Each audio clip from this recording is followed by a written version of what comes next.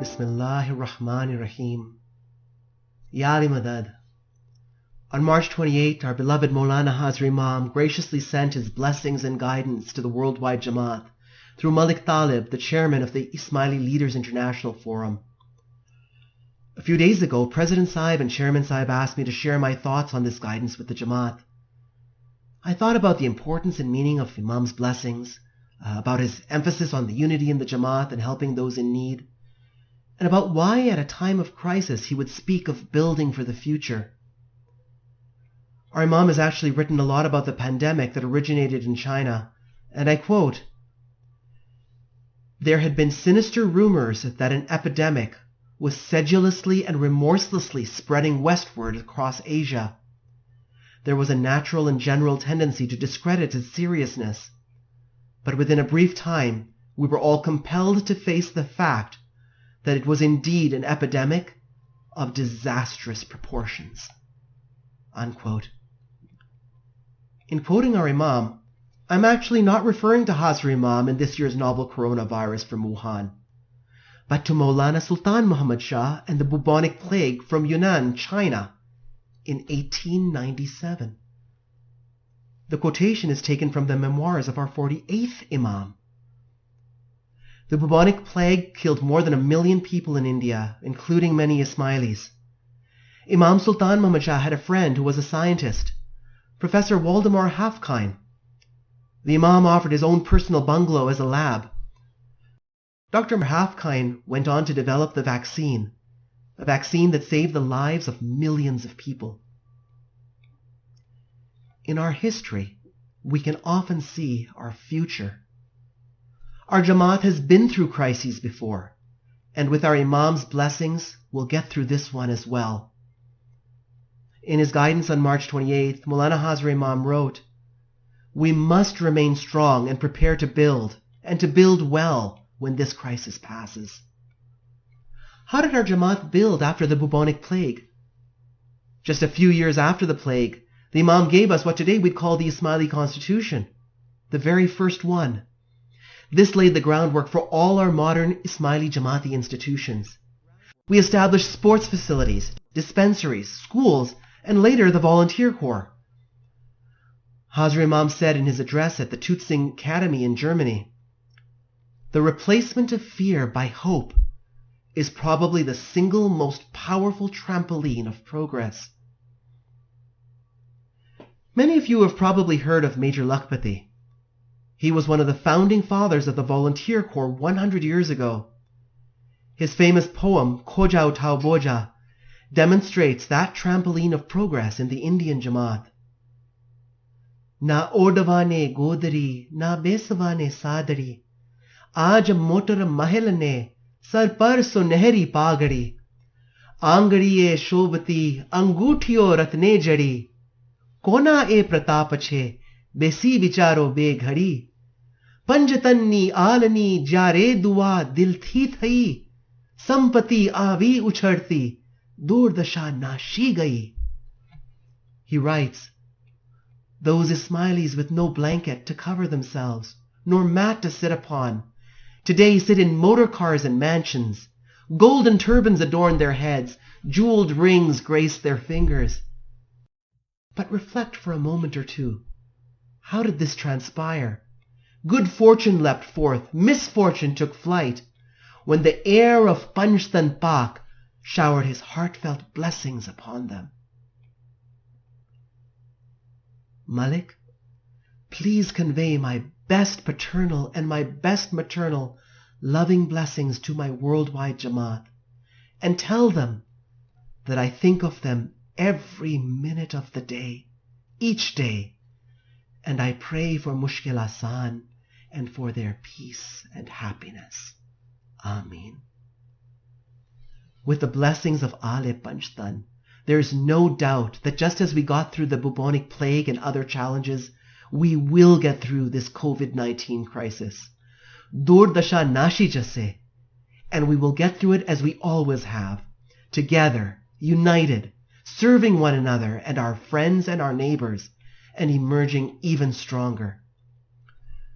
With the Imam's blessings and guidance, Our Jamaat overcame the illiteracy that was rampant in the countries where we lived, and went on to become a community that is admired throughout the world. And today we see the results.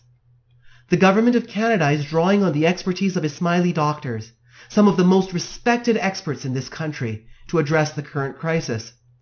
These very same doctors are also giving their voluntary service to the Jamaat to keep us safe. In virtually every profession, the Jamaat has done well. But we can't just sit on our laurels. Any business major knows it's not just growth that matters. It's the rate of growth. My dadima was what we would call anguta chap in our language. She signed her name with her thumbprint because she didn't know how to read or write. But she had the courage to follow the firmans of Maulana Sultan Muhammad Shah. She left our tiny village of Mayenze so that her children could be educated at the Aga Khan Primary School. Her children went on to become professionals. This is the story of Ismaili families across Canada, from illiteracy in one generation to professionals in the next. Can we match that rate of growth for future generations? When Imam tells us that we need to build now, are we setting our goals high enough? Our youth have the opportunity not just to prepare to enter a profession of their choice, but to be leaders in that profession, to be among the country's and the world's best filmmakers, best scientists, best mechanics, best chefs, best entrepreneurs. But this aspiration to be the best has to be tempered with something else.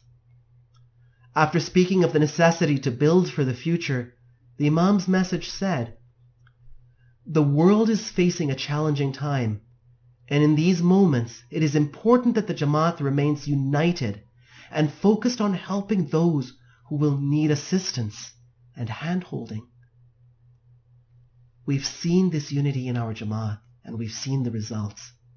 When the council put out a call for volunteers to help address this crisis, as always, countless members of the Jamaat signed up immediately. Muki Kamrias and volunteers have been calling each and every senior citizen and every vulnerable member of the Jamaat to make sure that they're okay.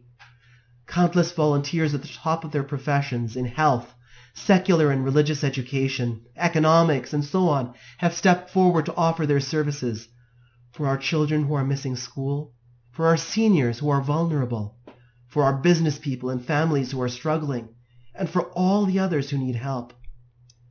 This is what unity can achieve. Hazrat Imam's mentioning of unity is something that our Imams, our peers, and our Dais have emphasized continuously for centuries. Half a millennium ago, Maulana Imam Islam Shah sent a very strongly worded message to his murids, which is still relevant to us today. The Imam wrote, "Ahle in taife, agar be tariq digaran, hasad o kine o adawat bar sar dunya bar yek digar bevarzand, layek jamaat Maulana nabashand. و جماعت که بر یک طریقه اند و باشند باید که خون و رگ و بدن و روح ایشان با یکدیگر اتفاق داشته باشند." Imam Islam Shah says, if our community behaves like some others who harbor envy, disunity, and enmity against one another for the sake of this world, they are not worthy to be members of Mawla's Jamaat. If the Jamaat is to continue to be on a single path, their very blood, their veins, their bodies, and their souls must be united. In 2010, I was fortunate to be able to attend Maulana Hazrat Imam's La Fontaine Baldwin lecture in Toronto. He said that almost everything now seems to flow globally. Microbes and viruses, pollution and armaments, crime and terror. But let us remember too that constructive impulses can also flow more readily. Didn't we just see an example of this on Navroz? None of us could celebrate in Jamaat Khana, but our spirits were lifted by the stunning music video called Navroz Mubarak, launched on the Ismaili website, with lyrics and languages as diverse as English, Hindi Urdu, Persian, Gujarati, Russian, Portuguese, Burushaski, Arabic, and even a touch of Shugni rap. Over 100 Ismaili singers, musicians, dancers, and volunteers from 14 countries across the globe work together on this to bring us together as one Jamaat. How many international communities could have pulled that off? In his guidance over the years, Maulana Hazar Imam has continued Imam Sultan Muhammad Shah's message that Ismailis in the same fields, businesses and professions have to come together. We can build so much more when we're united, when we've developed cooperative societies, especially at times of crisis like this. Our young Ismaili artists have shown us how to do this. Are we ready to follow their lead? In his blessing, the Imam said he prays for the Jamaat's happiness. But where can we find that happiness? A disturbing study from San Diego State University shows that the number one priority of millennials is getting rich. But true happiness comes from helping others, not hoarding for ourselves. This is a fact supported by solid evidence. Let me give you just one example. Dr. Michael Norton is a leading professor at Harvard Business School with a PhD from Princeton. His research focuses on the connection between money and happiness. He conducted an experiment with first-year university students. The students were given envelopes with money in them. Half of them were told to spend the money on themselves, and the other half were told to spend it on someone else. The first group bought themselves things like earrings or coffee, while the second group did things like buying coffee for a friend, giving the money to a homeless person, or buying a stuffed animal for a child. Before and after the experiment, the happiness of all the participants was measured using standardized tests. In this scientifically conducted experiment, those youths who spent the money on others were measurably, dramatically much happier than before. But there was zero change in the happiness level of those who spent the money on themselves. When we use our material resources, our time and our knowledge solely for our own benefit, it doesn't bring the same kind of happiness we'd get if we use those talents for the benefits of others. Of course, beyond even this kind of happiness, there is another, much greater happiness, a spiritual happiness that comes exclusively from faith and ibadat. As the days go by and we look at our Jamaati calendars, there's a feeling of sorrow as we notice festivals and majalis pass that we would have observed together as a Jamaat. Today was supposed to be the first day of our Jamaati Mushkil Asan Sitaro. Sitaro, just like our other ceremonies, can only be performed in the context of the Jamaat Khanas that are sanctioned by our Maulana Hazar Imam.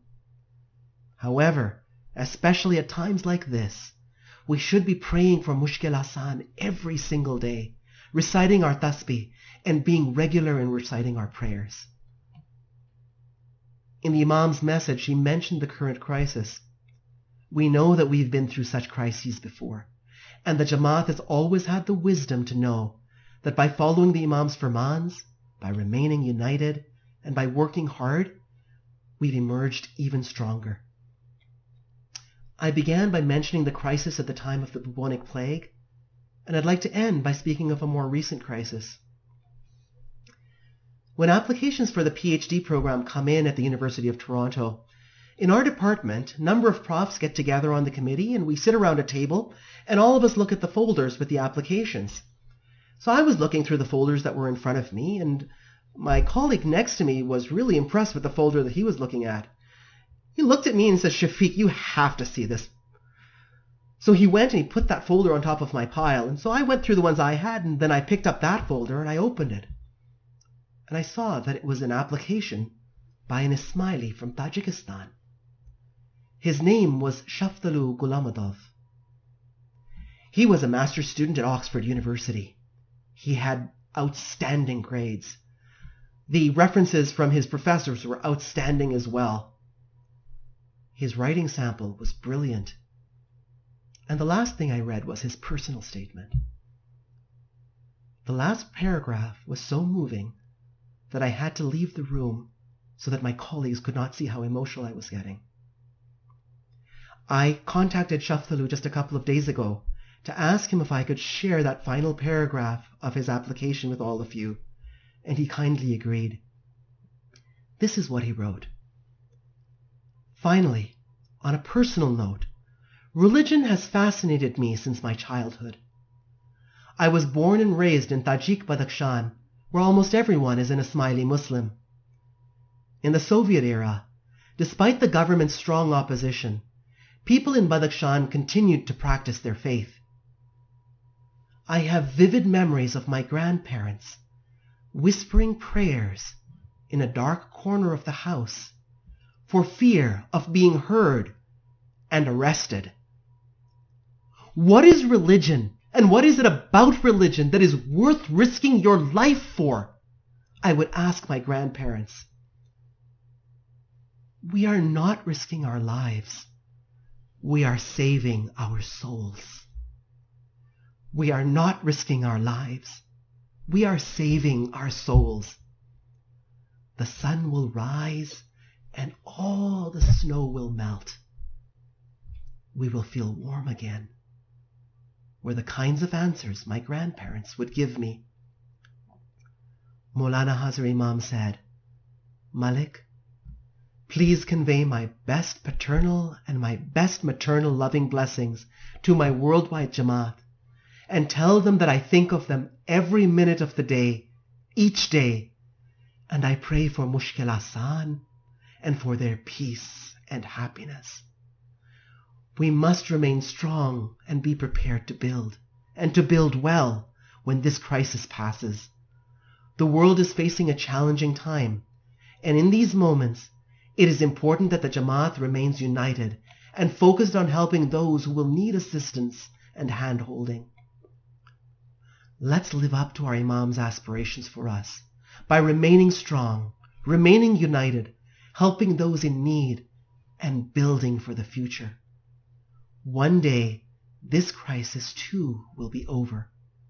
We will get through it together. The sun will rise, and all the snow will melt. We will feel warm again. Thank you, and Yali Madad.